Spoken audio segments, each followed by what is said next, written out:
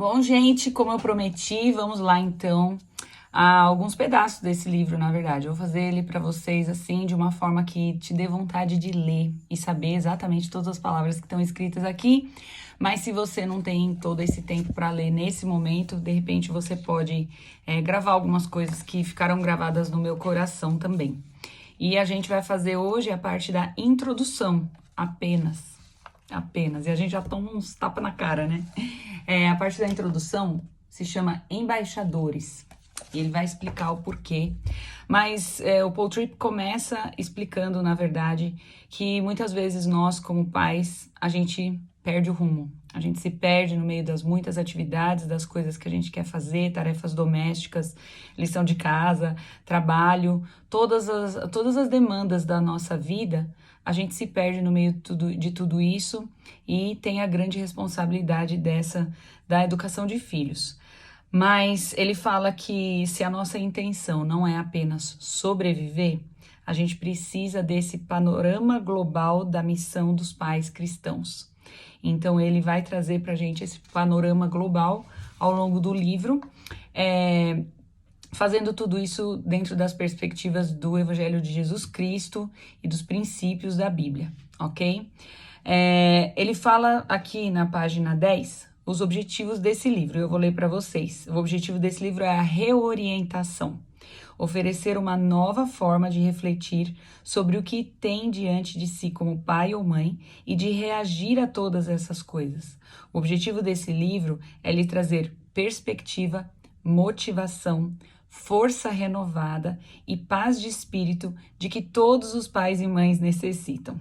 Ele foi escrito para lhe apresentar o panorama global cristão da tarefa para a qual o seu Salvador te chamou, que é educar os seus filhos.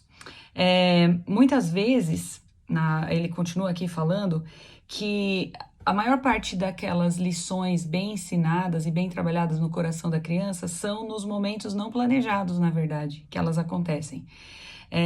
São momentos que nós paramos toda a nossa rotina e aproveitamos aqueles momentos para utilizar no ensino dos nossos filhos. E quando a gente entende que essa tarefa de criar filhos, na verdade, começa com um reconhecimento de que eles não são nossos filhos. Eles não nos pertencem. Eles pertencem a quem os criou, que é Deus. Se a gente consegue ter essa primeira perspectiva, a gente então faz sentido o título dessa introdução, que a gente entende o que é ser um embaixador. Ele fala bastante sobre a diferença do pai embaixador e não de um pai proprietário. E ele faz aqui muitas comparações, na verdade, nos próximos pontos, mas só para entender o que ele descreve como embaixador, eu vou ler aqui para vocês as palavras dele. A palavra que a Bíblia usa para essa posição intermediária é embaixador. Essa é, de fato, a palavra perfeita para o que Deus convida os pais a serem e fazerem. A única coisa que um embaixador faz, se estiver interessado em preservar o seu emprego, é representar fielmente a mensagem, os métodos e o caráter do líder que o enviou. Ele não está livre para pensar, falar ou agir de forma independente. Todos os seus atos, bem como suas decisões e interações, devem ser moldados por essa única pergunta: qual é a vontade e o plano daquele que me enviou? O embaixador não representa os seus próprios interesses, a sua própria perspectiva ou o seu próprio poder. Ele faz tudo como um embaixador. Olha que interessante. Quantas vezes eu já me peguei nisso, né? Tendo uma visão de dono dos meus filhos. Esses são os meus filhos. E aí vem a superproteção, vem o que eu quero, a minha vontade, os meus desejos para a vida deles.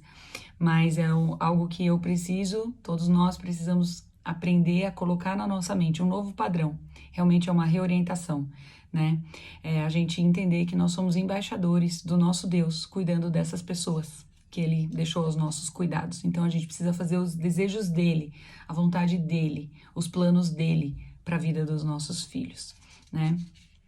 Muitas vezes a gente transita entre ser um pouco dono e um pouco embaixador, porque a gente está buscando aprender como fazer isso. Mas ele segue para o final do capítulo, da parte da introdução, fazendo uma comparação, o que o proprietário faz e o que o embaixador faz, em 4 situações. Então, a primeira delas é na parte da identidade. onde você espera encontrar o sentido de quem você é. Como que um pai que é proprietário age? O que ele busca nos seus filhos? Ele busca, então, identidade nos próprios filhos, um bem-estar interior pelo sucesso dos filhos, né? E o pai embaixador, ele age de uma forma diferente. Ele sabe que o filho deve representar a imagem de Cristo, a identidade de Cristo, não a minha, né, como mãe. Então, em todos os pontos ele trata, é bem legal ler essa parte, tá bom? Na parte do trabalho, é o ponto número 2, aquilo que você define como a obra que foi chamado para realizar. Então, com relação ao trabalho, o que o proprietário faz e o que o embaixador faz? Eu vou deixar vocês na curiosidade. Sucesso, aquilo que define o que o sucesso deve ser, também na visão como que agiria um proprietário, como que agiria um embaixador, e na questão da reputação, aquilo que mostra às pessoas quem você é e o que faz. Difícil essa, viu? São vários tapas na cara aqui, de como que age um pai que é proprietário, ele tem um temor aos homens, né, a sua reputação, e um embaixador, na verdade. Eu acho que vocês precisam ler essa introdução. E para encerrar essa parte da introdução, na página 17, se você está acompanhando com o livro aí também, ele termina falando: você está pronto para abandonar o fardo de ser uma mãe ou um pai proprietário e começar a experimentar o que é criar filhos quando se está ciente de ter sido chamado para representar a mensagem, os métodos e o caráter daquele a quem seus filhos pertencem? Está pronto para livrar-se do fardo de tentar produzir mudança, pronto para experimentar o descanso e de ser uma ferramenta do único, cuja graça tem o poder de transformar? Esse parágrafo, ele traz um alívio para a gente. Um alívio para aqueles que pensam, poxa, é tão difícil criar filhos. Quantas vezes a gente já ouviu isso, né? Mas, na verdade, quando a gente confia no proprietário, que é Deus, e a gente se entende que a gente é só um embaixador, esse fardo sai das nossas costas e a gente consegue desfrutar de uma paternidade, de uma maternidade, confiando naquele que pode transformar o coração dos nossos filhos, que não somos nós, a gente não tem esse poder, mas é Deus. Espero que você tenha gostado dessa introdução. Eu vou seguir assim que sempre que der um tempinho, fazendo os próximos capítulos, tá bom? Para te ajudar e também para mim, com certeza, é muita lembrança de tudo que eu já estudei. Um abraço.